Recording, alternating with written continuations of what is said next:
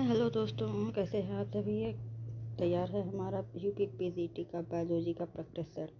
तो आप लोगों से निवेदन है कि हमारे चैनल को लाइक एवं सब्सक्राइब कर दीजिए और अच्छे ढंग से पढ़ाई कीजिए। चलिए आज का पहला सवाल शुरू करते हैं। पादप जगत का उभयचर किसे कहा जाता है। पादप जगत का उभयचर किसे कहा जाता है। सवाल को, कवक को, ब्रायोफाइटा को और टेडिरोफाइटा को। तो इसका राइट आंसर जो हो जाएगा आंसर नंबर 3 आधार ब्रायोफाइटा को। तो ब्रायोफाइटा को कहा जाता है, ऑप्शन नंबर 3 हो जाएगा। इसके बाद दूसरे क्वेश्चन पर चलते हैं।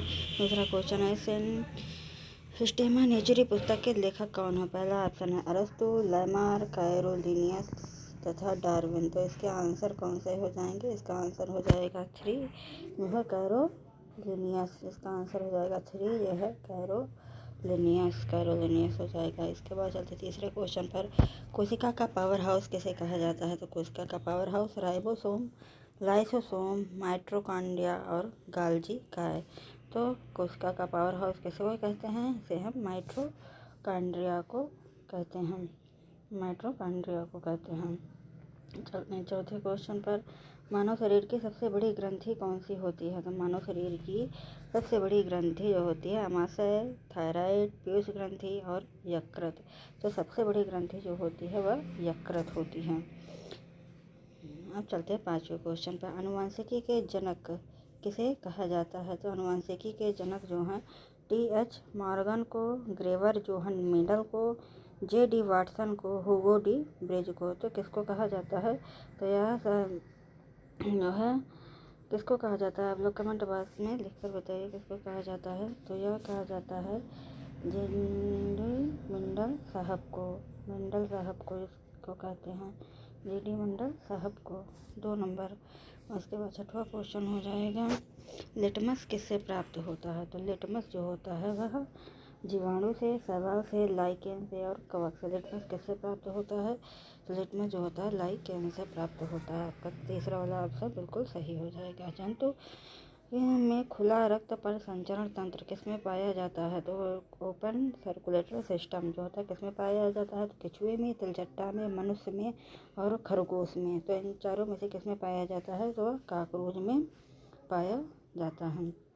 काकरोच में ओपन सर्कुलेटरी सिस्टम पाया जाता है। इसके बाद आ जाता है क्वेश्चन नंबर 8। जिम्नोस्पर्म का मेवा किसे कहा जाता है। चिलगोजा को, काजू को, पिस्ता को और बादाम को। तो जिम्नोस्पर्म किस में पाया जाता है। तो यह चिलगोजा में पाया जाता है। इसके बाद 9 नंबर क्वेश्चन पर एंजाइम का रासायनिक रूप क्या हो जाएगा। तो एंजाइम का जो है रासायनिक रूप लिपिड, कार्बोहाइड्रेट, प्रोटीन्स और विटामिन। तो एंजाइम जो होता है वह किस में पाया जाता है। तो यह प्रोटीन में पाया जाता है। उनके बाद चलते हैं 10 नंबर क्वेश्चन पर। तो मलेरिया रोगवाहक इसमें होता है। तो मलेरिया रोगवाहक जो होता है नर एनाफिलीज में, मादा एनाफिलीज में, मादा क्यूलेक्स में और मादा एडीज में। तो किसमें पाया जाता है। तो एनोफिलीज मच्छर में पाया जाता है। इसके बाद हम चलते हैं 11वें नंबर क्वेश्चन पर। 11वां नंबर क्वेश्चन है प्रकाश संश्लेषण की क्रिया में कौन सी गैस निकलती है। तो प्रकाश संश्लेषण की क्रिया में जो है ऑक्सीजन निकलता है जिससे हम सांस लेते हैं।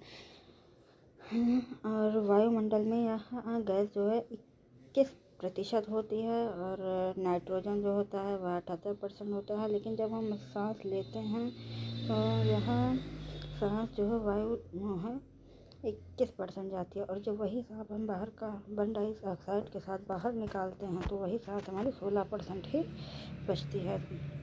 इसके बाद हमारा 12वां नंबर क्वेश्चन है जीवन की सबसे छोटी इकाई क्या है। ऊतक है, अंग है, कोशिका है, जीव है। तो सबसे छोटी इकाई क्या हो जाएगी। सबसे छोटी इकाई हो जाएगी कोशिका अर्थात सेल हो जाएगा। सेल की खोज किसने की थी। रॉबर्ट हुक ने। इन्होंने मृत कोशिकाओं की खोज की थी। ल्यूवेनहॉक ने जीवित कोशिका की खोज की थी। इनके बाद आत्मघाती शैली किसको कहा जाता है। तो आत्मघाती शैली लाइसोसोम, राइबोसोम, केंद्रिका और रिक्तिका किसको कहा जाता है। तो यह लाइसोसोम को कहा जाता है।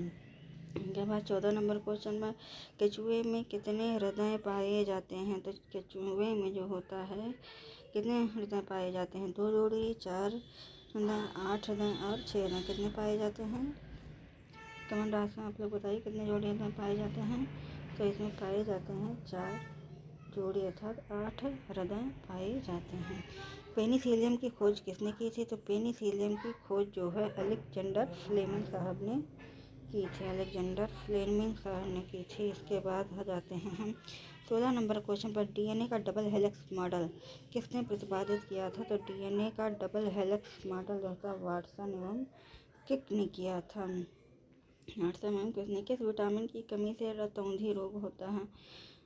तो vitamin B, vitamin C, vitamin D और विटामिन ए। किसकी कमी से रतौंधी रोग होता है? विटामिन ए की कमी से होता है। इसके बाद आते हैं जीवित जीवाश्म कौन सा होता है? जीवित जीवाश्म जो होता है साइका, जिंको, बाइबेलिया, मेटासिकोया और उपरोक्त में से सभी। तो इसमें कौन कौन से हो जाएगा? साइकस हो जाएगा, बाइबोला हो जाएगा, मेटासिकोया हो जाएगा और उपरोक्त सभी। तो आप लोगों का राइट आंसर हो जाएगा आला जाएगा। इंसुलिन हार्मोन का श्रवण कहाँ से होता है? तो यकृत से होता है, अमाशय से होता है, प्लीहा से होता है और वृक्क से होता है। तो कहाँ से आप लोगों का श्रवण होता है?